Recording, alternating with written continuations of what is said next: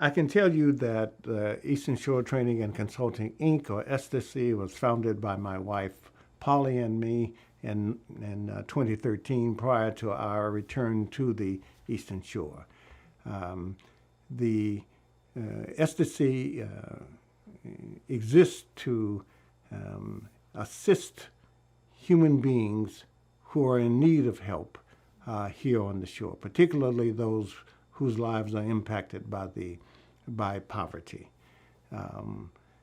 We have several programs, empowering women, empowering girls, a fathering circle for non-custodial fathers and their children.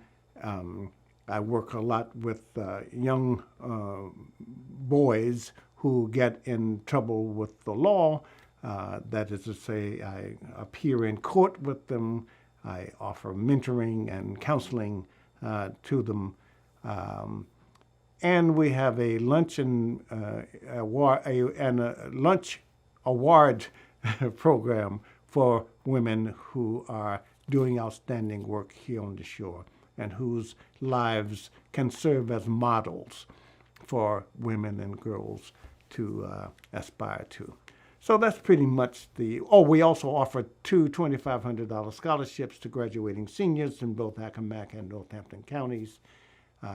And we simply ask that these scholarship recipients be activists in their community, in their faith communities, or in their schools, and that upon graduation they find a way to come back to the shore to offer what they have learned. In terms of how I got into this particular work is that I was raised a migrant worker here on the Eastern Shore. I was born in Mobile, Alabama, and we came here and settled in 1953. So I was raised poor, and as such, I got treated with less than dignity. I got treated with disrespect by being told by society that I was small and worthless. And I internalized this message as my own fault. The more I tried to rise above this condition, the more I found myself criticizing me internally for having failed to rise above that condition. The more I felt as a failure, the more ashamed I felt. And some part of me went away, and my work has been to reclaim me, to emerge as a full human being. And that work led me to understand that this is possibly happening to other human beings in our society, and what I have learned could be beneficial as a guide to others. We can trace the historical origin of poverty on the shore by looking at the founding of the colony here in Virginia. In the 1700s, there was probably 40,000 enslaved individuals and persons who were working as indentured servants, which outnumbered the other population of about 25,000. Then they were just enslaved people and indentured servants working together. There was no distinction. They were able to intermarry. They were able to work themselves. Those who didn't die, of course, worked themselves through the 7 years, or those who got themselves free. But because of the large population, it struck fear in the hearts of the colonizers, who thought that they'd better do something very quickly to control these populations, and certainly to keep them from gaining power. And so laws were passed that made clear distinctions between those who were indentured servants and those who were enslaved, based on skin color.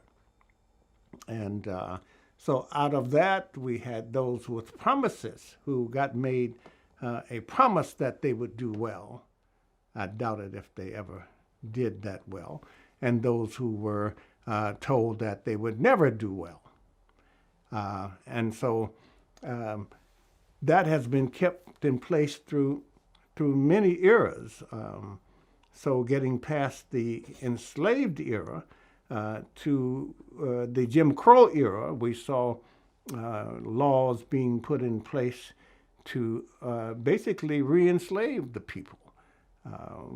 They were promised 40 acres and a mule, and they got absolutely nothing. As you know, the enslaved person owned nothing, not even themselves. So they got set free in 1865, but they had no plow, no mule, no seed, no land. And so these people, these newly freed enslaved people, had to make their own way the best they could. They got denied education. They got denied the basic rights of any human. And so we can see the vestiges of that in current societies. That got translated into redlining, where communities were created to keep a certain segment of the population in place for control. Jobs were denied, even though there were highly skilled workers who had been very effective at helping build the economy of this country through their unpaid labor. And so these rules, these Jim Crow laws that control the life of the formerly enslaved people extend to today through disrespect, through denial, through systems put in place to thwart the aspirations of the people. So here on the shore is no different. There's a glaring absence of housing. There's a great disparity in health, in education, and indeed in every area of human life. The people hold rights, and the government's duty is to provide access to those rights. And one access at the heart of the matter is that of access to affordable, clean, sufficient water and sanitation facilities. The government made some attempts throughout our history to be the provider of those needs, to address those needs, to providing. I'm thinking of the New Deal in 1933 to 1939 with FDR, who tried to address the needs of the forgotten man in the after time of the Great Depression. And that was followed by Harry Truman's Fair Deal, in which he tried to do the same thing to address the needs of the people left behind and left out. And we saw that resurface in Lyndon Johnson's Great Society. All of these great programs, social programs, did move the nation forward and closer to the ideal enshrined in its Constitution and in its Bill of Rights. And yet there are still too many of us who are left out from access to those programs and projects which will allow our full potential to be realized.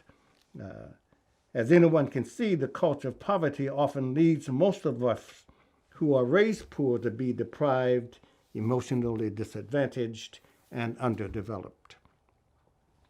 If we truly want a society that is great, then we make the government's responsibility is to make sure that all of its citizens have access to basic human needs, such as water, such as sanitation facilities. I'm learning that there are pockets of people here on the shore who does not have access to these basic rights. And it is more than necessary and more than time to make these corrections. I'm hard-pressed to answer that, since I really don't know why the motivation for making sure that children and their parents have access to basic needs, such as running water and sanitation and hygiene facilities. Certainly those of us who are in the healthcare business ought to be aware of the impact of the absence of access to hygiene, sanitation facilities, and water, the impact on the health and mental health of people who are denied that. I cannot see clearly how anyone in the professional world cannot know that this condition exists in 2020 and feel motivated to work to do something about it. I don't know if it's a matter of the absence of money. Certainly, there's got to be federal, state, county, and local monies available to rectify the problem. What may be absent is the will to do so. Real power is in the hands of the people. And I think that once we can find the will to help people to organize themselves, then certainly they can petition on their own behalf to get their needs met. Again, the people hold God-given rights to basic necessities: clean air, water, hygiene, sanitation facilities, food, shelter. It is the duty, the responsibility of just governments to assure that the people are provided access to these basic needs. I think that the people who are mostly affected by the absence of access can be helped to organize themselves, that those of us, such as myself and you, can become effective allies to this forgotten, invisible segment of the population and help to rise themselves to the point that they speak out for themselves and demand that their rights be granted. Yeah, I think that we have to take matters into our own hands. Again, I feel that it is the duty of the government who named themselves as just to provide for the basic needs of its citizenry. If that government does not respond in a positive way, then it is the people's responsibility to take matters into their own hands and to provide for themselves and others. It'd be much better to do it in a cooperative way than to be adversarial.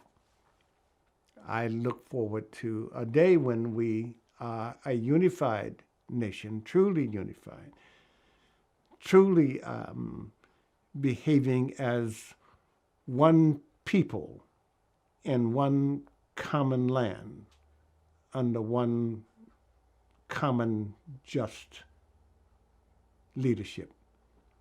What comes to mind immediately is the World Health Organization, the United Nations. There are many, many scholars out here. I think one author is Harrington, who wrote many years ago, the book is not coming to mind, but behind me is a bookshelf, and if you don't mind, I'll just turn around really quickly. And one that I see immediately is All Souls, and it deals with poverty among the Irish here in our country. Another one is Where We Stand. It's a book by Bell Hooks on class matters. And so these are just two of the many books and scholarly authors and so on available to us. I've been with the school just for a couple of years now, but prior to that as Ranger Bill with the state parks, I worked with the schools in the community, both in Northampton and Accomack counties. And I did that after a lifetime with the military and government and Microsoft and others out in the world. I came home and got involved in the community. And that was when I first became aware of the fact that we had people here on the shore that literally didn't have access to drinking water. I had family members come here to the farm. We're on Pear Cottage in Matchpungo, which is my family's farm. It dates back to 1636, the Satchels and beyond. And we have a deep water well here that provides water for our house. We've had it tested by the county. A couple years ago, it's got top marks in all the water.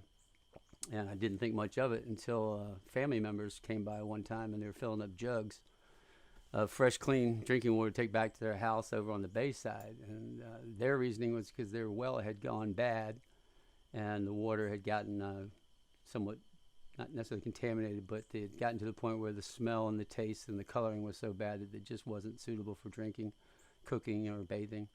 And so they had a choice to either go buy water or get it from other people's wells. And so they come here and fill up. And that was the first time I had seen that there was people without drinking water, and it just absolutely, it made a mark in my brain forever, obviously, because I had been out in the world with the military and government around the world. I'd seen poverty. I'd seen people that did not have access to drinking water. And when I came home, I remember as a child growing up seeing that, you know, in the 60s and 70s, and that didn't seem right then. That I lived in a household that had running water and flushing toilets and everything was provided. And my friend Vernon just down the street had a household with outdoor facilities.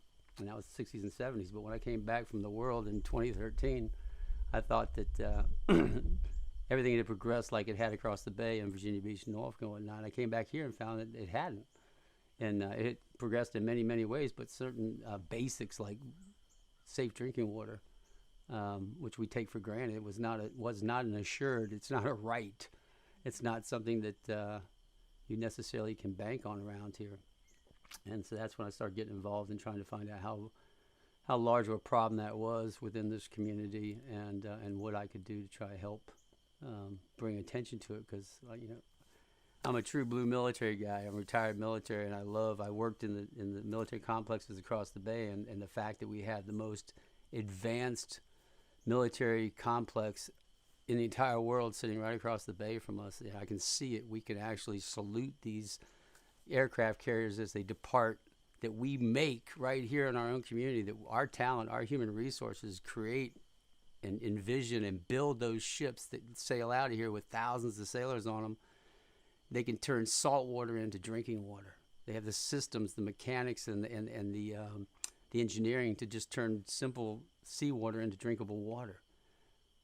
But right here, within sight of that, we have people who literally don't have access to drinking water in their homes, and that is just absolutely inconceivable. I cannot imagine in this day and age that that's happening here. Well, I don't think it's it is hard to find numbers on it. I'm sure they're there. The numbers are there, and you can dig them up. You've talked to other people who literally don't have water, and others who grew up here knowing good and well what we're talking about, that they grew up without indoor plumbing, without access to water, and the need for wells. And don't get me wrong, I love having a well.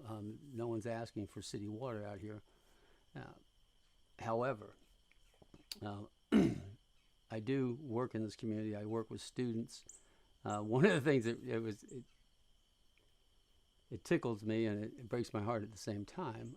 As an educator, I had the privilege of going across the bay last year with some of our students to take part in a learning opportunity on the weekend with Hampton Roads Sanitation District, and they put on an amazing day. They have an amazing educational outreach program there that were introducing kids to city sanitation, sewage treatment, water quality, and things of this nature. An amazing learning experience. And most of the kids in the audience and taking part in this hands-on thing were from across the bay. They all had city-provided water, sanitation, and sewage. Our kids didn't. Most of the kids within our group all had wells and septic tanks or outdoor plumbing, if they possibly. And even within our own little group of kids that went over there, we had a separation of our class, so to speak, of those who had running water in their homes provided by the county and those who were well water kids.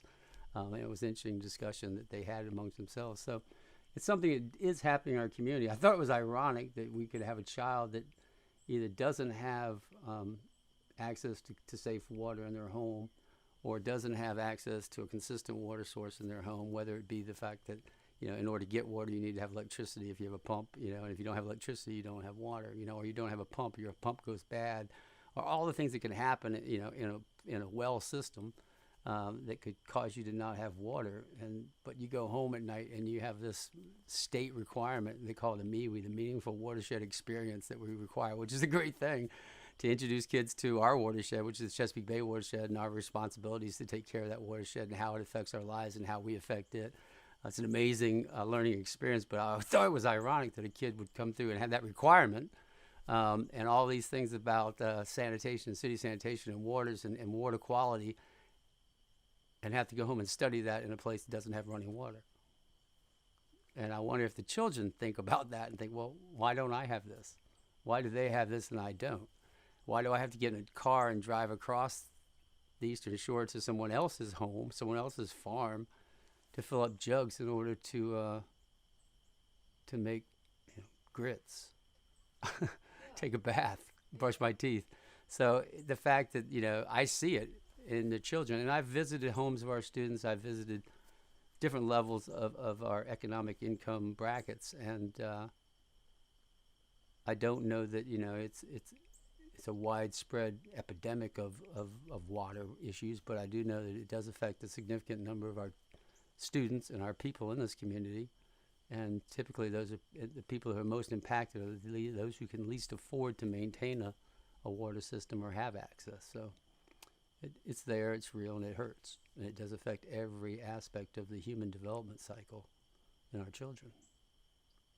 Well, and that's it. We're addressing it right now. We're advocating for what we believe, what we understand, what triggers us. I encourage people to do that. I use a real concept that I focus on, which is recreation, education, advocacy, and land conservation. And I focus most of my efforts into those areas. And so, I advocate for what I believe in. I advocate for the things that are important to my community, like this, like water. So that's an important aspect that we all should have. Is to say that, because there's people that live here in this community that don't know that others don't have water. They don't meet them on a daily basis. They don't cross paths necessarily. They may not even know that. As you and I have discussed, it was an epiphany for many people to go, what? Who doesn't have water? Because we just don't think at that level that would be happening here. So it's an awareness thing that we do need to be aware of. At the same time, as an educator, I I want the children to have that same foundation. I want them to understand that there's no shame in having a well water. Embrace it, understand it, understand the water systems that we use, understand how we use that, and understand those who do not. Understand that some of your neighbors may not have that same access, and it goes across the boards on all things that are important to us, especially in this new learning environment for our kids, where we have so many kids on virtual now or in a hybrid version of learning, and that goes hand in hand with every other aspect of our society going into this virtual world because of the COVID world. You know, they don't necessarily have access to that either. The internet's a huge issue over here. So even becoming aware of things and finding out the basic information that we take for granted because it pops up on my phone all day long in my fully internet access phone, others don't have that access. They literally don't have that access. Here on Bear Cottage, as you found out, we don't have cable. We don't have internet. We don't have a telephone. We have a cell phone that connects to a tower miles away, and that's it. That's the end of the technology link for us. But that is the same with all aspects of utilities and others. Fortunately, the one thing I don't worry about out here is power. Everyone else loses power, and I still have power for some reason. So that's a good plus. But these other things, that we take for granted when we're close to the hub of humanity, that affects a large portion of our society out here, like water, like internet access, like access to the world. And that in itself is a very confining way to be. When you have limited access to the rest of the world, how do you develop? If you have limited access to the nutrients and the water and things you need to live, how do you develop? See, again, I don't have all the answers. I don't have all the solutions because we don't really even know the depth of the problem yet. Mm-hmm. We just know there is a problem. If only one person on the Eastern Shore doesn't have access to clean or safe drinking water, it's a problem that we need to address as a society. Yes, I do believe our governments should be providing those services. Yes, I do believe our government should care about the future and the health and the welfare, and I believe they do. They tested my well for that purpose, to ensure that we had safe drinking water here. So I do believe that my government does what it can to support that. I believe they can do more when they're aware of the situation, and things like this will certainly makes them aware of it. I do know that I work with local politicians, local leaders, and have talked to them on these issues, and they're aware of them and how we might address them. But it comes down to me, you. Right? The government, that's fine. I've spent my entire life in government. I've either been a soldier or a government employee at state, federal, and local levels. I understand government quite well. I have a degree in public administration.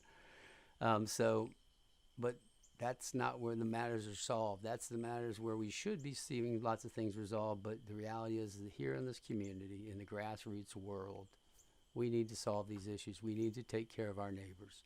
We need to take care of our children. They're the children that are in my school. They're in our churches. They go to our civic center that we might have built someday.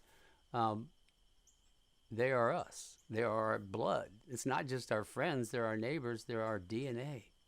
We have a tight community over here because we're different than a lot of the world, because we are basically a cul-de-sac. We're a peninsula that was untouched in a great sense for many, many years. And so we still have within this community the DNA, the names, and the histories and the accomplishments of a people, starting with the first people who came here thousands of years ago, the Native Americans, and then the colonists, the first enslaved people brought here, and all that have come since and created this culture we have here. We're all out here working together. We're all out here part of this. We're all out here subjects of these conditions, and so we need to work together as a community. We need to continue to work together, because we do, to overcome these issues. It's as simple as just knowing that there's a problem exists and getting the right people together and going out and fixing it. It could be just giving John and Jane Smith a well and showing them how to maintain it, making sure they have electricity in their house to run the pump so that the water can come up out of the ground, It's as simple as that. It takes a community to do that, and but thousands of dollars that it takes to sink a well, a deep well, into the aquifer, and to maintain a pump and all that, we take that for granted if we have access to that. But if we don't, then nothing happens. No water comes up. No one gets fresh drinking water. So, yeah, we as a community, I think, need to get back to being able to do that, and we do. The groups around here do a good job of trying to take care of their own. Within the churches, they usually take really good care of the parishes and the people within their parish. But the reality is there's still people that are being missed. They're falling through the cracks. And we can find those people. We can identify those people. We can help those people because they are our sisters and brothers in this community. So that's my answer, is that we need to do it. And that's what we're doing, I think. I hope. When I come up, everything was a pump. As far as back I can remember, we up until, I guess, age 14, 15, but we always had a pump, outside water pump, if you're familiar with that. And that was our water source. I mean, for everything. Excuse me, my body would go back to wash day.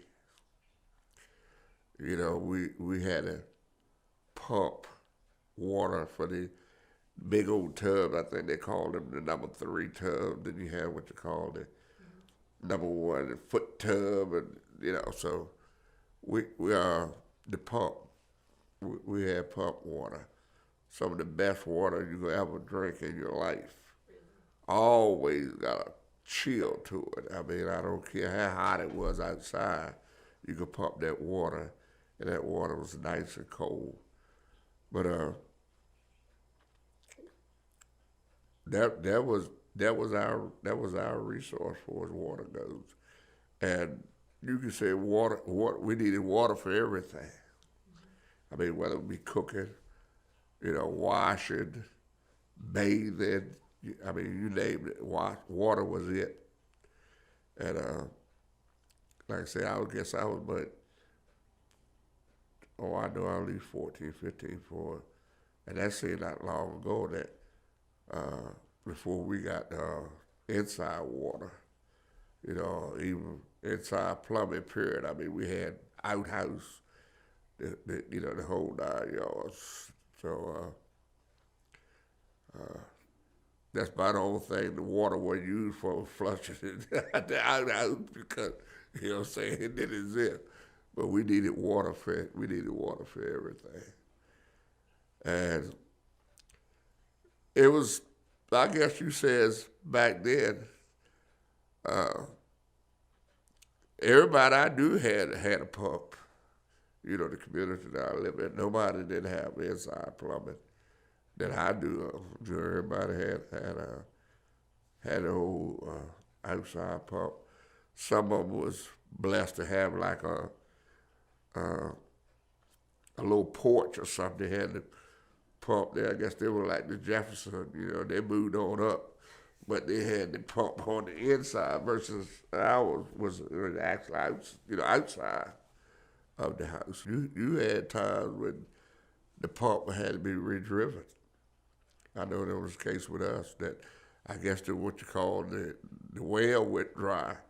So then they would have, you had this man by the name of Mr. Damien, I recall. He was the man that, during that time, that driven, the new pumps, or driven wherever you moved to a house, if it weren't there, it had to be driven. This man come down, he drive you a pump, put it down in the ground and get it going.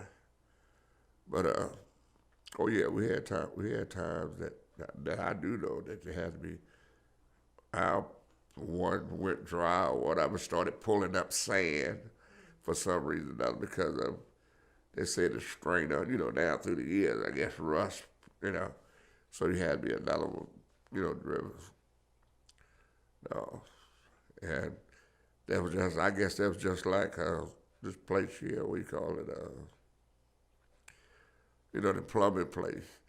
He was the plumber, he was the man that, drive the new pumps and stuff like that. Well, you could go next door, fill up your buckets and stuff, for the, to wash. If you really need water wash until you got yours, you go to the next door and, carry water if you want, I left the military in 1976. I was, about 19. Prior to that, I guess 3 years prior to that, my mom moved into a house with electricity, inside plumbing, and bath and the whole 9 yards. But for the gratitude aspect of it, where's the old saying is, you don't miss your water till your well run dry. So, but I guess now, versus then, it's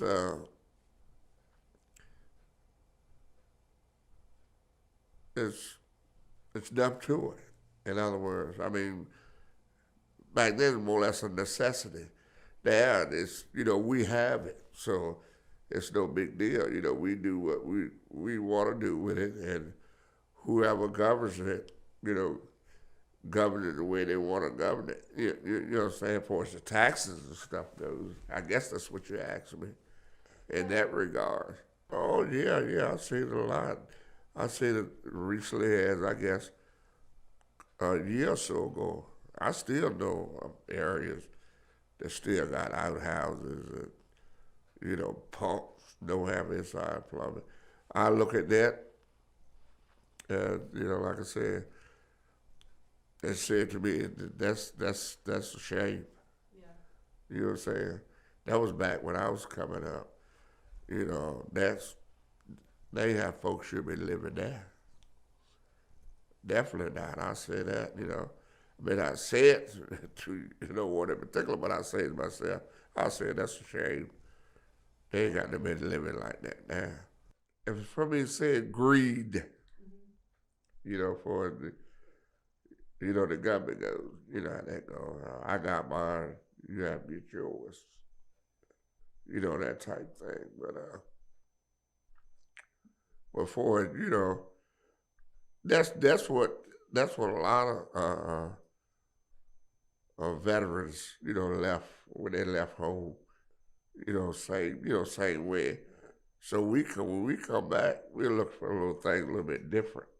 When I came back to live, no doubt, I would expect to see them old rundown houses. Folks still living without houses and stuff like that. I would look and see that. That's the area I come up there. What I'm saying. But me going elsewhere, excuse me, I don't. And I lived in New Mexico, Kansas, places like that. I didn't see that. New Mexico, the deserts. But for the housing and, living and stuff, they was up to par. So my thinking is, when I came back home, I would expect to see that. Even in 1990, when I came back, off and on vacation, but in 93, when I moved back here, still is it. And just recent as a couple of years ago, right here in Expo, going toward Wartown, you pass through there. They got outhouses and pumps, just like I came up, with back when I was a kid. They still, of course, it's torn down now. I guess somebody stepped there, which is good, because it was a real eyesore, and I guess, it says for society, if you accept it, you understand what I'm saying? Community don't come forward and say, well, that's not right, versus I'm not going to worry about it. It's not me. You know what I'm saying?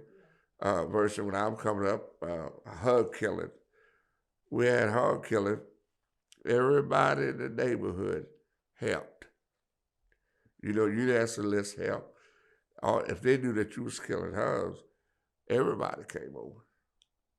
Folk don't do that now. Folk not gonna voice their opinion about, they actually need help. They need indoor plumbing. Them old houses need to be torn down. They don't do that no more. It don't pertain to them. Yeah. You understand what I'm saying? I got mine. Let them get theirs. It don't hurt me. You understand? Yeah. I guess selfish might not be a good word for it, but like I said, cared. The cohesiveness versus back when I was coming up. Community, real folk. Mm-hmm. You don't see that now. You don't see that. They folk ain't real no more about helping, looking out for your neighbor. That don't exist no more. You know what I'm saying? Everybody it's about themselves. Or maybe they think too that, oh well, someone else will take care of it. That's the government's job. Exactly. Yeah. Nobody want to step up. Everybody want to point fingers. Say I'll wait on Gerald board. He'll do it. I ain't got to worry about it. You know what I'm saying? But that don't exist no more. And when I say morals, values, respect, that when they years ago. Not saying that it's for the folk that raised with those. Admiration. I see that we were raised up in admiration. You understand what I'm saying? And only what's in you gonna come out you. You believe that? Yeah. Yeah. So I don't care whether it's good or bad. If it's in you, it's gonna show. But if not, well, not a bad deal needs to show. No. But for real, I ain't said, that I was raised the best, but I was instilled with good stuff. Whether, it was put out there. Whether I grasp it or there's person, grasp it, that was, that's one of those things. But I'll share, we was raised, when I say we, what, of course, not a boy much older than I am, but no doubt, what I'm saying, I know he was raised, we talk all the time, what I'm saying, had nothing, today glad to appreciate something. And see, that same way about me, gratitude. I have a lot of gratitude. When I look back, I like to call the era, I'll come up into what's called the slop jar era. And of course, you probably don't know nothing about that, but the slop jar era is the house bucket. You had your outhouse, but then you had the bucket on the inside of the house for the night. Of course, the boys don't get to use it. I got to share this. The boys don't get to use the bucket. That's for the girls. The boys had to get up and go outside. You know what I'm saying? But, the folks that came up in the slop jar era know exactly what I'm talking about. You know what I'm saying? Now we reflect back, well, man, you think about it, we came up rough versus back then, we thought that was just a way of life. You know what I'm saying? I touched about chores, we water buckets, our drinking water, we fill the buckets up at night for the drinking water or, for the preparation of food or what have you. But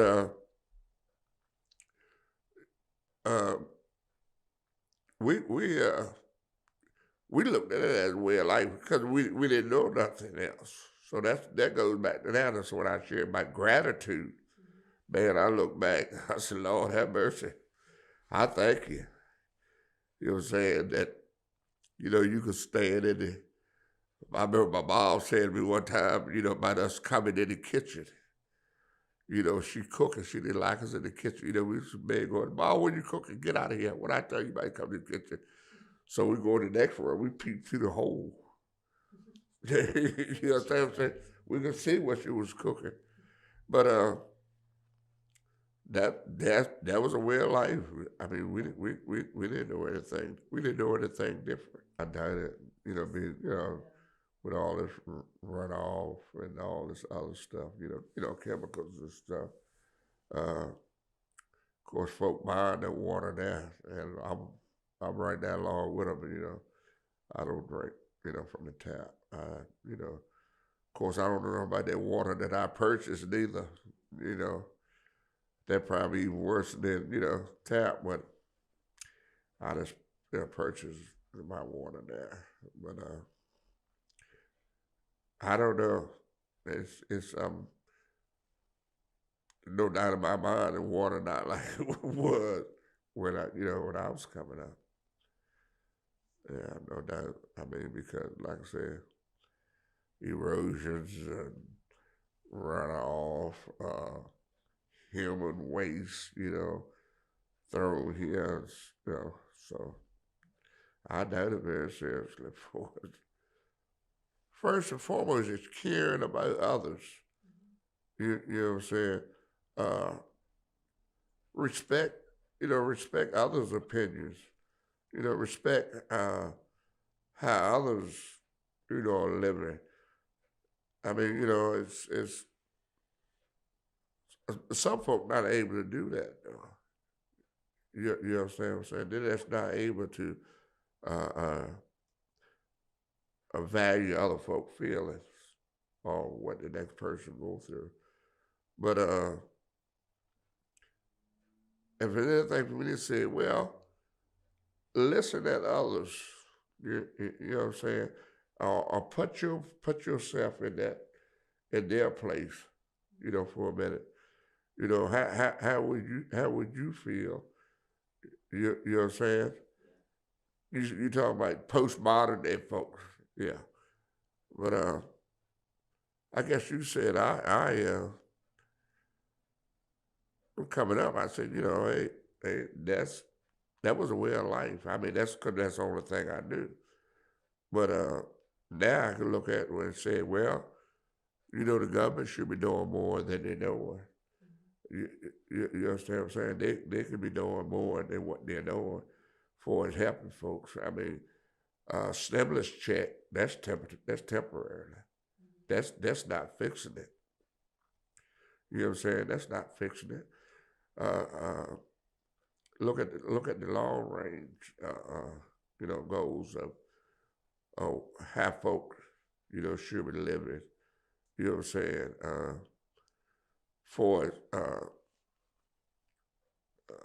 whether it be child care, whether it be water, schooling. Look at that. But going back to what I said. Hey, I got mine, and you get yours type attitude. No doubt for as I guess you said for its sustainability, for its water.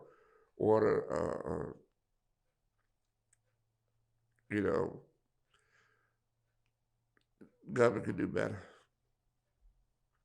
That if it's for me to chair, that's what I would say. They could do better. First thing you want to do is identify the problem. You know what I'm saying? Before us, then you attack the problem, and then you put all that stuff together, and then you come up with a solution, to the problem. So, in other words, you need to be heard.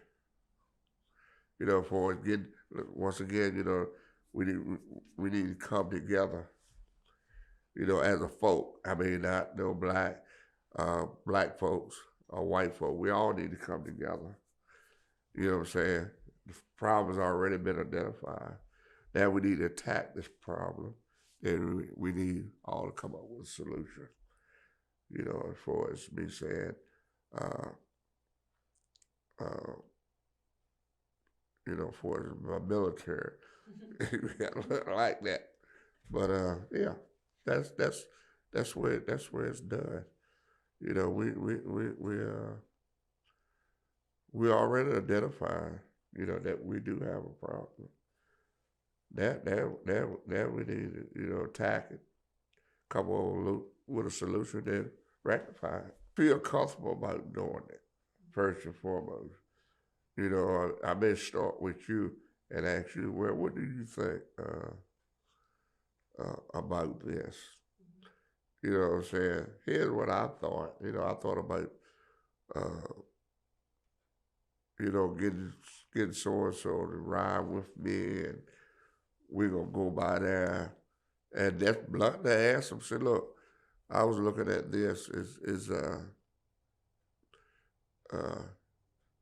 how can I help? You know what I'm saying? That's, you know, of course, you're going to get different opinions from different folk. You know, some people say, well, Lord, I've been living like this way all my life. I don't even want to get involved. You know what I'm saying? But, you know what I'm saying? That means somebody else might be better for that job. Get that and take that back, you know, to the community, you know, whoever, you know, and let them know what response you got. And maybe there's somebody in there within saying, well, you know what, will you give me a shot at it? You know what I'm saying? And who knows? But we just can't accept that. Well, they don't want to be helped, leave them alone. You know, so a lot of it like that. Hey, they're 82 years old now. They ain't gonna be here that long. You know, that type of attitude. You heard it all the time.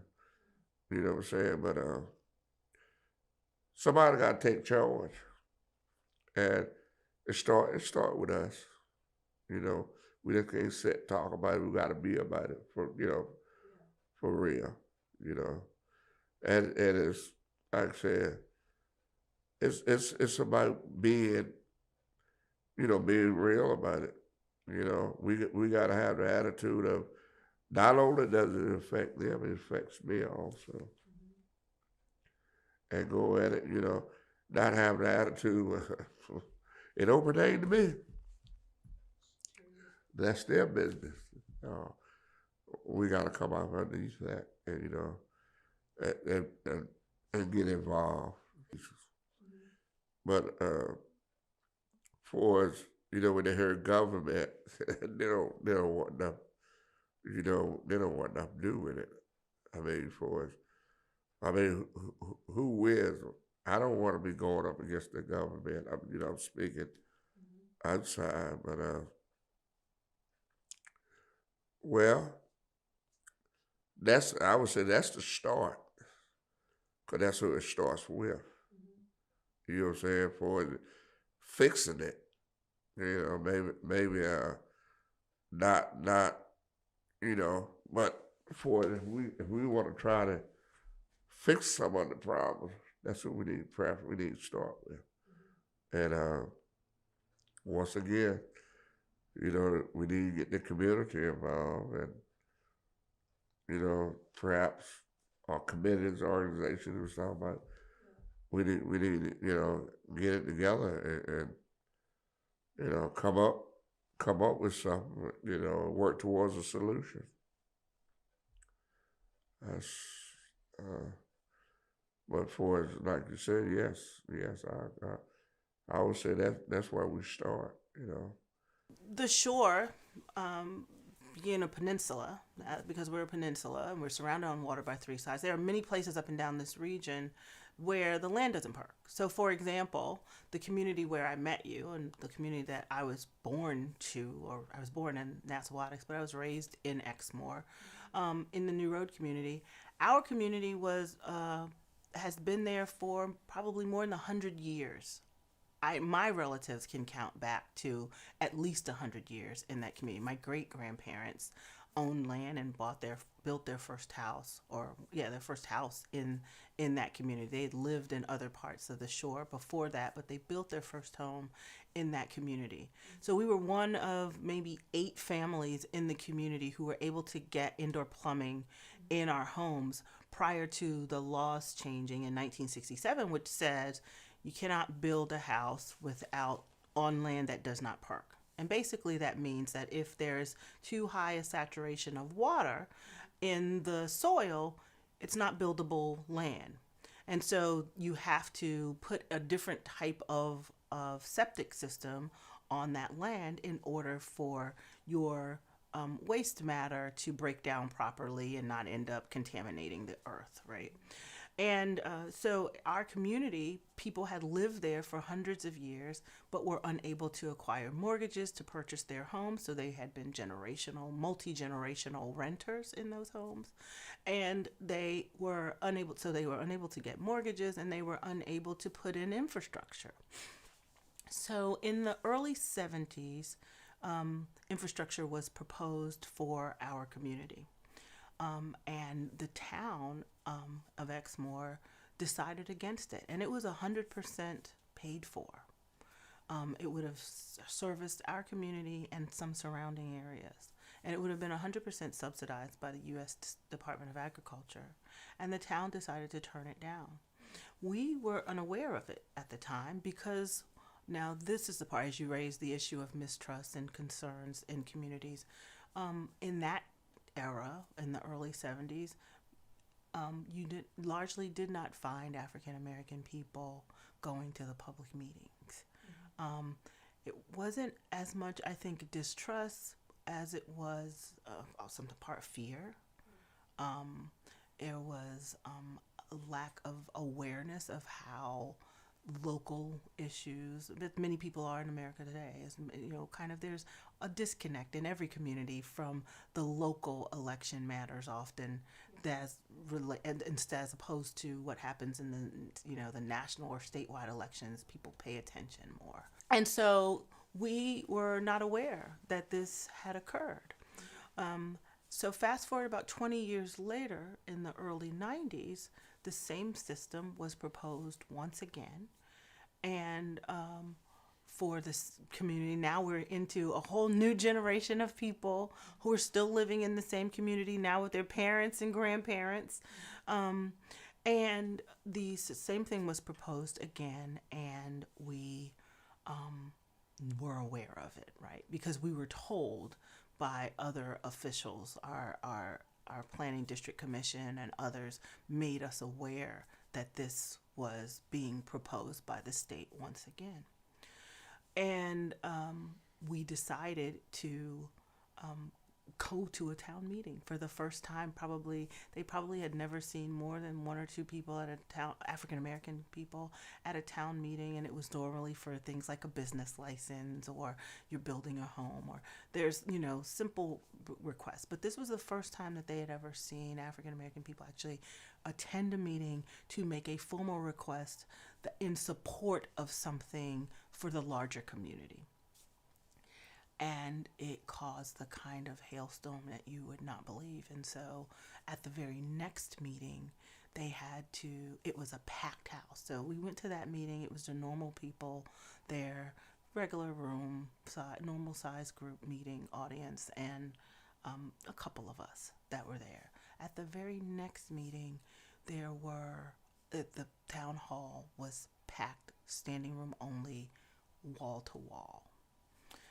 And it was simply in response to our making a request. And the responses were, how dare they make such a request? They're not even the landowners. They don't own their homes. They are not the taxpayers. Then, therefore, they're not the taxpayers because they're not the homeowners. They're renters. Never mind the fact that we had been in our community for at that point, probably 100 years or more, and had multiple generations. As I said, at that time, my mother was still around and attended the meeting with us, and her grandparents had built their home and raised their children in the community. And there were other families that had been there longer than ours. And they were now into their great-great-grandchildren in the community at that time. And so the pushback was strong, it was swift, and it was really harsh. And so the next meeting that they had to have it at the Exmoor Fire Department.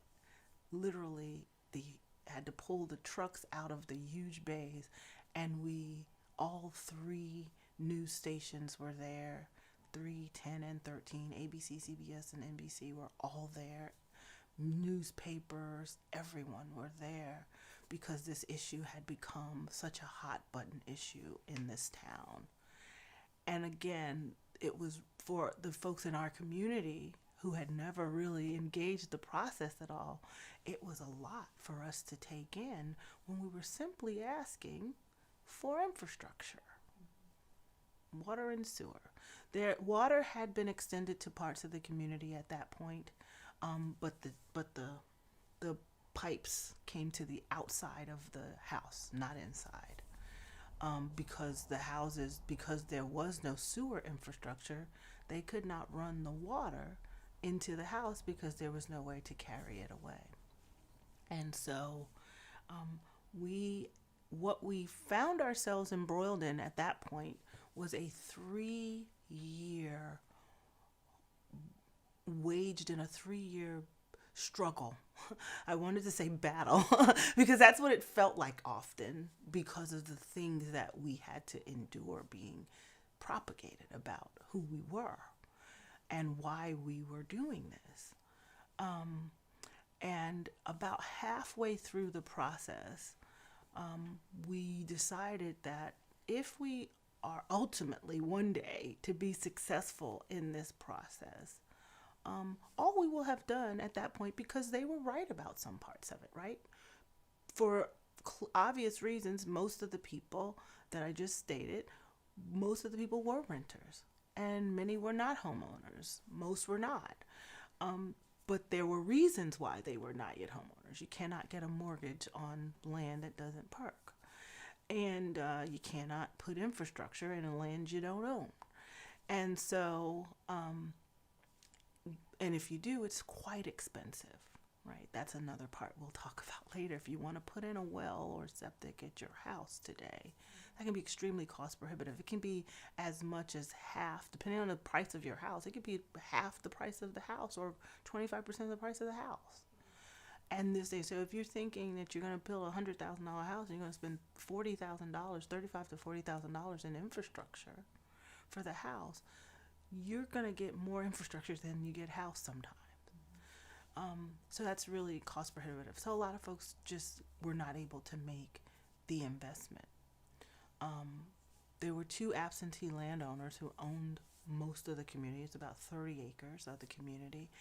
And we decided that if we were to finally win this struggle, all we will have done is improve the property for the 2 absentee landowners, and they could very well then sell it off and everybody have to go. So we decided to approach the 2 absentee landowners quietly and ask if they would be interested in selling. And we all made a pact. The 2 absentee landowners and the 250 adults in the community or more decided that we would, more than 250 adults, we had lots, maybe 350 adults in the community decided that we would not share our negotiations with anyone outside of this. So how do you keep a secret with, 400 people? I don't know, but we did. And we got our attorneys and negotiated and were able to get the Macaulay's Institute, which was a foundation subsidiary of the Catholic Church, went to the Governor's Housing Conference of Virginia, met her, and were able to get her to agree to invest in our acquisition of the land. The interesting thing about it, this is when like the wind's at your back, Providence is on your side. She agreed to lend us the $360,000 to buy the community without the infrastructure in place. We were like halfway through the process with no promises or guarantees that we were ever going to be able to acquire this property. And she agreed that they would lend us about a third of their entire portfolio, because they had like $1 million fund. They loaned us a third of it to acquire our community. The deal was, once we get the thing done with the town, we would subdivide it, sell off the lots, and pay them back. She loaned us the money, and lo and behold, after this, towards the end of this 3-year battle, we were finally able to walk into a town hall meeting and say, we're the property owners, we're the taxpayers now. So we're on equal footing in this conversation, and we would like to be heard. And it kind of set even in the town hall, the town offices, they went through a lot of turnover. There were town council members who quit. There was a lot of upheaval. Over the years, though, after we were able to acquire the system, we were able to be successful in getting the town to agree to accept the system. And it was owned by the community for many years. In fact, many of the substations are still located on our property. We had to convey the management of the system over to the town after it was done, because they still wouldn't agree to do it, to own it. They agreed for us to own it. And then towards the end of the process, as people warmed up to the idea, we were able to negotiate the conveying the whole system over to the town, which they have done managed from that time to this. The interesting thing that has happened over the last, so that was in 1992, 3, 4, 5, those years. The interesting thing that has happened in the last nearly 30 years has been the community has evolved. Our relationship with the town got a lot better, of course, as we began to redevelop the community and develop new parts of the community with housing, and people became homeowners. People who had been historically generational renters now own their homes and have paid them off, and their children are now able to grow up in their family properties that their family owns, so they'll be able to inherit one day. And the town has also been able to realize the economic benefit of having infrastructure, which should have been understood 25 years ago, 30 years ago. But it wasn't as clear a picture that infrastructure builds your economy. It's not just a social issue for, underserved poor people and communities who don't have it. And, we heard a Board of Supervisors member say back then they need to get up and go to work for it like we did. Everyone in our community worked. Everyone. So one of the things we did was we put a billboard on the highway, because our property fronts the highway. So we put a large billboard on the highway that said, "This community works." And we listed all of the places where everyone in our community works and how many employees worked in those places. And there was a list of about 25 places. A Virginia pilot came over and did a story about it, because we had to send the message that this is a basic need for communities to grow and flourish. And it's not just about social growth. It's also about economic growth. And I think that's the lesson that the town learns. Today, Exmoor is one of the more financially well-off towns up and down this entire Eastern Shore. It has like a huge reserve. And it's largely because of money that they're able to receive by way of payments for their infrastructure. So, and businesses that also come in by way of having that infrastructure, right? It's not a secret that this is where you have your hotels and your grocery stores. The grocery stores were always here, but the hotels that came had to build their own infrastructure. But when you have the density that our infrastructure afforded the community to have and to discuss in a legitimate on record way, right? When you can pull up the tax rolls that say, here are all the homeowners in our community that are paying real estate taxes, that's an incentive to retail. And that's one of the things that helps towns like this to be sustainable. So infrastructure is important to the local framework of the community, and we still to this day remain one of the few, maybe there, I really don't know of any other communities I've done this work that who did what we did, acquired their community and developed it themselves, their entire community on their own. But we're one of a very few models like that. But it was based on infrastructure. It would not have been possible without the infrastructure. And that's what makes water and sewer infrastructure so important. So when you talk about water poverty, we were challenged with that issue directly in our community. And once we were able to overcome that hurdle, we were able to open up economic and housing opportunity for housing. Often is the primary wealth generator for most Americans. That's the thing that you can use to finance your children's college education or do the things that you need to do in life. If a spouse loses a job, it's your home often that is the thing that can sustain you through that period. So once we were able to get through the issue of infrastructure, we were able then to open the door, not just for the citizens to have economic advantage, but also the locality, also the town, the municipality.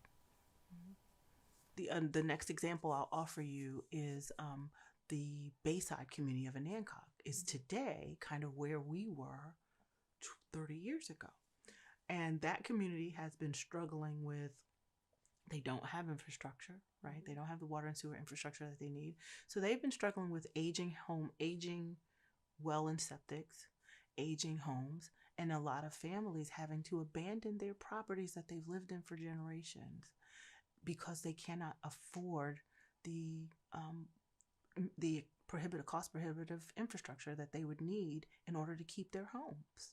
And so they are having a lot of out migration from the community, of losing people who have been there forever because they don't have the infrastructure to be able to keep their homes. And so finally that community decided to organize and try to address this issue. Like what is, they went to the local county government meeting and learned that they were like somewhere like number 6 on a list, and they only do so many houses a year. So that would make them 15, 20 years down the road being able to receive the type of assistance that they would need in order to get people the resources that they needed to their individual homes. So they set up their own community organization. I went to their first meeting, their inaugural meeting for the community, where they were coming together, and they asked us, what's the first thing that we need to do? And so I kind of just went down the spiel with them to say, organize and be heard, engage the politics, engage your elected officials, go to those meetings. It may not be comfortable for us. It wasn't comfortable at first. I want to say over the years, though, our relationship with the town officials as it is today is great. And over the years, it evolved because we all got to see that it was a mutually beneficial thing, right? And so I said, go to the meetings at first. They're in the counties. So go to the county meetings, engage your officials, let them know you're here and that, you have a concern about your community so that they can begin to give you feedback on what you should do, and then take some of your own initiative, right? So they're organizing their own 501c3, and they've engaged the state Department of Housing and Community Development about, how can we get some of resources on our own? If we can't go through the typical process of the county government because they have their own kind of agenda and priorities right now. What can we do as a community? And we happen to, in Virginia, not the case in a lot of states.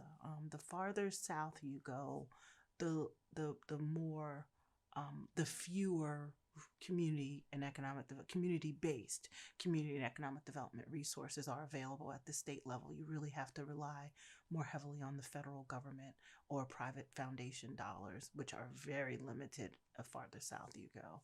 And so, but they began to engage the state and say, listen, what do we need to do in order to do it? And so today they have been successful in getting their community lifted from 6 to something else on the county's priority list, and they are getting their own 501c3. They have their own relationship with the State Department of Housing and Community Development, and they've had members of their staff to come out and do take an inventory with them of their community to talk about what their priorities are in their community.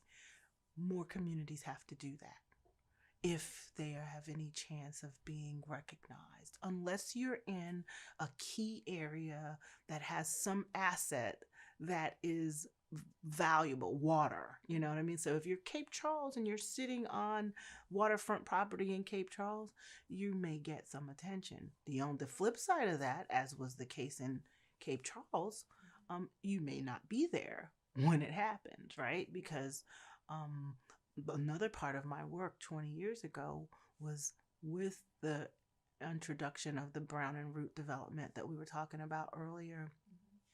There were a lot of people in Cape Charles who were dealing with that old message that brown and root's going to bring jobs, because they're a Halliburton subsidiary, right? So if they're there, got to be jobs, right?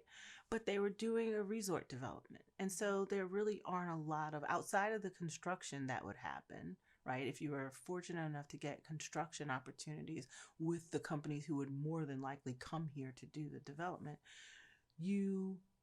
there weren't really a lot of other job opportunities outside of hospitality. Think Hilton Head, right? There are most of the local people in the Sea Islands of South Carolina work in hospitality and are not really high wage earners in those developments like the Hilton Head along those regions.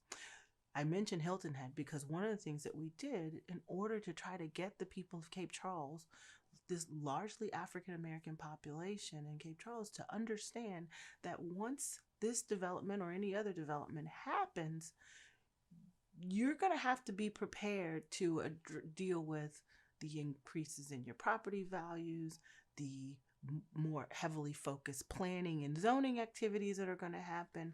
And those things bring with them cost. They bring with them things that you may have to be prepared for. So a lot of people I think Cape Charles is beautiful now, but the story about how it got there for some of the people who were there before the development happened isn't as beautiful. Right. And so a lot of those folks, I spent a lot of time with them saying, you need to prepare. This can be good for you, or it can be devastating to your family property that you've had forever. You may not be here when this is over. In that case, infrastructure wasn't as much the issue because Cape Charles was one of the few places that did have infrastructure. Mm-hmm.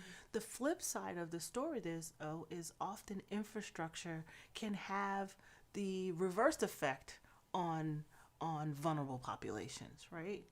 So infrastructure would happen to be a great thing for our community, but if you're on waterfront property and you live close to the sea and infrastructure and there's an idea about doing development in your area, you may not survive it, or your home, your land, your home ownership, your property ownership, you may not survive that development. The very real risk is that over time you will lose your land.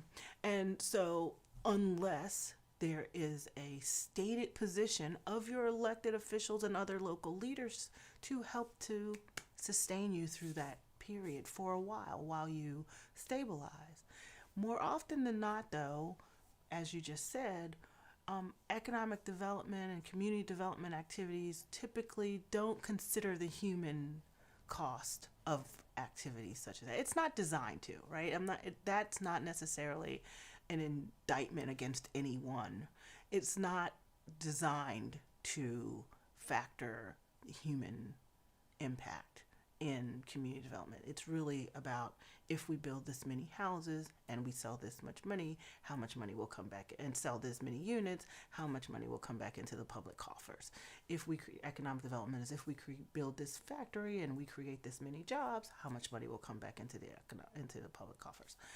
It's really a formula, and it's not designed. There's no way to factor. There is definitely a way, but there's not in the conventional use, there's no way to integrate the human factor into those formulas. And so it's typically not done when you're running the numbers on a deal, right? And so, you have the folks sitting there and they're thinking jobs, opportunity. And I'm like, yeah, but not necessarily for you unless you get ready, right? Mm-hmm. So we took a bunch of people down to Hilton Head, South Carolina, and showed them what happens to indigenous populations who are not ahead of the curve when massive development comes through. Mm-hmm. And it was an eye-opening experience. Today, I still don't think we did enough to prepare the community. We did a lot of education. We did a lot of talking. I don't think we did enough to prepare the local population, because today, as I said, Cape Charles is a very beautiful place. I don't know where those people are. A lot of those people are that we took down to Hilton Head years ago. I would think, I haven't been there in a lot of years just to meet anyone, but I would imagine that many of them are no longer there. So, the all of these things, whether you're building water and sewer infrastructure, whether you're building housing development, whether you do anything that affects the growth and development of a region, you have a responsibility to factor in the most vulnerable members of your population, or else you will lose them and they will be invisible, and you'll have a beautiful thing. You'll have a beautiful building, a beautiful factory, a beautiful community, beautiful homes, and the people that you do not see will still be in the same condition that they were, or worse. People become more invisible. The more beautiful the place becomes, the more beautiful the building, the company, the factory, the community, whatever it is, the more beautiful the thing becomes as it grows and develops, the more invisible, vulnerable people become. And I know, so I'm sorry that I keep neglecting to say water, because that's so important to this conversation. But in my mind, the way I framed it through my lifetime has been infrastructure, right? Yeah. Because once you build it, things change, right? You can build it and it have a positive effect on the community, as is our story and many others. Mm-hmm. And you can build it and it can have sometimes a detrimental effect on some populations, as is others' story. So it's water should be a right of every citizen. But how we use the infrastructure by which we make water available is where we run into problems. And I don't know that transparency is the issue as much today as it is the practice. The formula is the formula. If people have been doing community development for hundreds of years, people have been doing economic development for hundreds of years, and it has been done the same way the whole time. And it's not typically designed to factor in the human capital. And so, and vulnerable populations typically don't have access to the places where the decisions are made using these conventional models, right? So you can be as transparent as you want to be. You can go stand on top of buildings and shout it out with a megaphone, and the invisible populations will continue to walk by, oblivious to what it is you're trying to get done. It doesn't automatically translate to the issue. So I think we live in a society today that is, for the most part, about as transparent as you can be. Everything is out there, right? But how do you translate the information and distribute it in a way that it reaches those most vulnerable populations? So it's the way that we disseminate information is literally kind of the same kind of conventional model, is the same way that we disseminate jobs with economic development, the same way that we disseminate housing, the same way that we do infrastructure. Every model that we just described is not about water. Is a great thing. Everyone should, I said water is a right, but how we distribute water doesn't reflect that, right? So information is available. It's available everywhere. But how we distribute and disseminate information so that those populations can use it and put it to action doesn't reflect the availability of it. So I don't know that the issue is transparency. I think the issue is practice. We have to change the way we conduct business in communities in this country.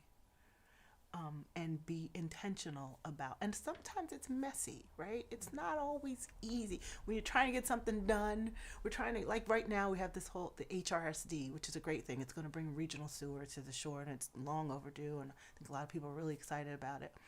But the second that you have to have a conversation like that, not particularly that one's going pretty smoothly, but many times, and you want to have a conversation over the years, here in particular, in other communities that I've worked in, the second that you say that, okay, so now we need to have public participation, it's like, oh gosh, really? Like, do we got to do this, right? Why? Because it's messy.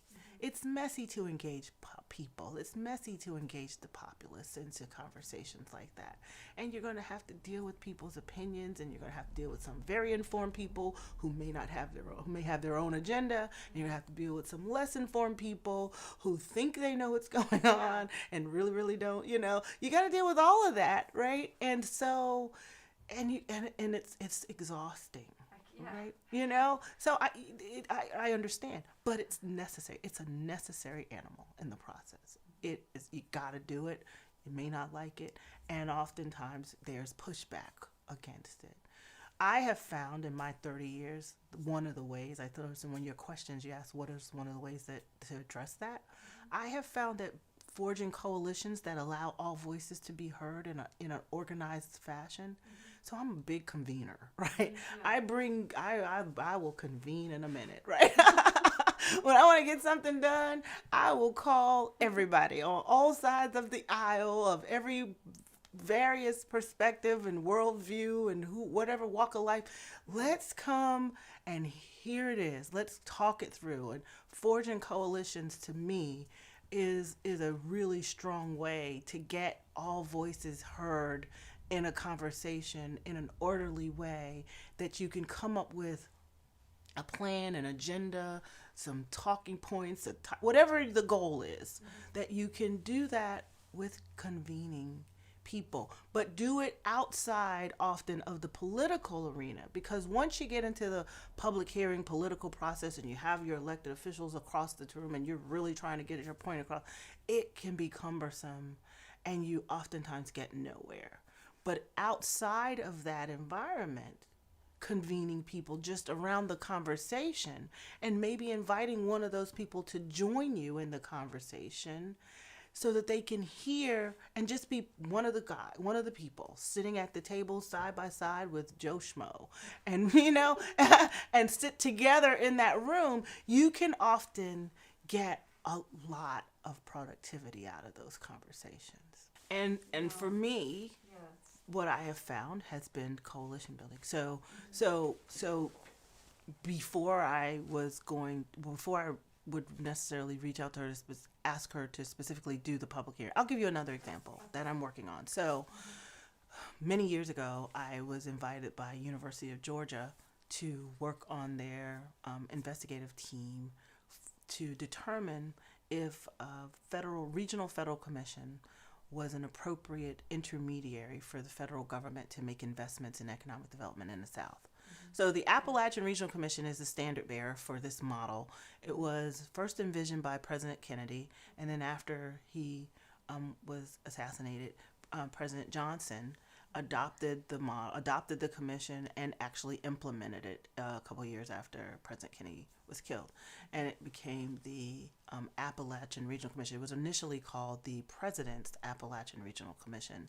When it was ultimately implemented, it became the Appalachian Regional Commission, and it literally is a federal agency that is located in that region and is specifically focused on developing economic opportunity in that region, making investments in economic opportunity in that region. So the first thing they did was build a highway, build the Appalachian Regional Highway System, and then they've invested billions of dollars into economic development, targeted economic development activities. The goal is to bring a county from distress to resiliency. So economic distress to economic resiliency. Most of the counties in the Appalachian Regional Commission footprint have been moved from economic distress into something closer to economic resiliency in the 60, 50 plus years that it's been in existence. It has been a phenomenal thing. It has done a tremendous transformation, economic transformation in that region. So Senator Zell Miller of Georgia, who was a senator maybe 20 years ago, was wondering if that model, because it had done such phenomenal work in the Appalachian region of the country, if that model could be adopted for the Southeast region of the country, which had even today, and at that time and still today, many of the same economic indicators that Appalachia had when President Kennedy went to visit. And so he wanted to know if that made sense. So he commissioned the University of Georgia to conduct a study on behalf of Congress, gave him $250,000. A local Georgia philanthropist matched it, gave him another $250,000, and they decided to go and do a study in the region. First, to understand what the persistent poverty issues were in the region, and then what kind of model would be most effective if, in fact, federal commission would potentially have the same effect in that region that the ARC had in the Appalachian region. And they determined it would. So they asked me if I would join them in the study. I worked with them through Tuskegee University and a bunch of other 1890 land-grant universities across the 7-state region that we were studying, that we were working in. We came up with a study that was sent to Congress, and with a lot of fighting, several years of different variations of the model and the legislation and blah, blah, were submitted, and finally we ended up with what became known as the Southeast Crescent Regional Commission. So it was established in 2008, and fast forward to about a year and a half ago, I learned, because I went off to greener pastures, right, after everything was done. I was like, okay, good, cool. One thing down, going to the next thing now. It was not activated. After all that work. After all that work, it was still not activated, still did not have a federal, because what has to happen is, in order for it to be activated, the President of the United States has to appoint a federal co-chair to it, who is basically his designated person to run the thing. And then that federal co-chair works with the governors, who basically serve as the board of that entity, to, get the thing built, right? Didn't happen. And no funds were appropriated for it. So it's just sat there dormant. So when I found this out, I was like, hey, what's going on? So I did what you did. I started calling up congressmen, right? I started calling up congressional offices going, what's going on? How did this happen? They were like, we don't know. A lot of things were going on in 2008, so probably just fell through the cracks. Can't tell you. Want to meet and talk about it? I was like, yeah. So last year in December, not 2020, 2019, in December 2019, I said I had put out a meeting invitation to congressional offices in the region and governor's offices from the region. And to my surprise, lo and behold, they showed up. All 6 of the 7 governor's offices sent a staff member, and a couple of congressional offices showed up. The National Association of Development Organizations showed up, and some other people came, and we sat there to talk about what would it take to get this federal commission finally off the ground. a lot of what we learned was that we were going to have to reconvene in the community. So for 9 days early last year, just literally right up to the start of the pandemic, I went from all 7 states and convened meetings in each of the 7 states to, 1, raise awareness, 2, to talk about it, make sure people understood how important federal commissions were, and gain their support for the federal commissions in their communities. And then the pandemic happened on the literally right at the very end, because we were then going to plan to roll out a series of events and other meetings. What happened by doing that, got some media to kind of follow the process while I was out there. What happened though while I was doing that was the word began to spread back around the Congress to say, hey, this is happening. So, and today, believe it or not, today we were able to, after those meetings, Aspen Institute reached out, U.S. Endowment reached out, a couple other foundations reached out, Stacey Abrams' organization, Southeast Advancement Project reached out, and we set up a working group and decided to send a letter, get signatories to sign on a letter with us to send to President-elect Biden's transition team to ask that they make the recommendation to finally activate the commission. We got over 100 signatories from all kinds of organizations around the region, and now we're waiting for him to decide. One of the other things that we're doing, though, is later in the month, we are going to convene people to talk about what are the barriers to making sure that your community can engage when and if this happens. So I tell you that process, right? That's kind of the process that I went through. That's on a much larger regional scale. On a local scale, we have the very same thing. So the state of Virginia, early 2019, called and said, hey, you guys have a governor and you're not asking for nearly enough money to do that right. What's going on? And so they said, Ava, you convene stuff. Will you convene a regional housing summit for us? We'll all come. We'll bring all the state agencies that are doing housing and bringing resources to housing and everything related to housing will come. All your local agencies, your local elected officials, invite them to come. And we had a meeting in September of 2019 to discuss housing. And the agenda was, what are the barriers? The questions that you're asking about water, those are some of the questions we asked about housing. What are the barriers? What are the things that are stopping us from being able to get this done? Where are the gaps? Are the gaps? And so we literally spent the entire day going through this conversation of how do we figure out what are the things that are holding us back from being able to increase the scale and our local capacity to do more housing on the shore.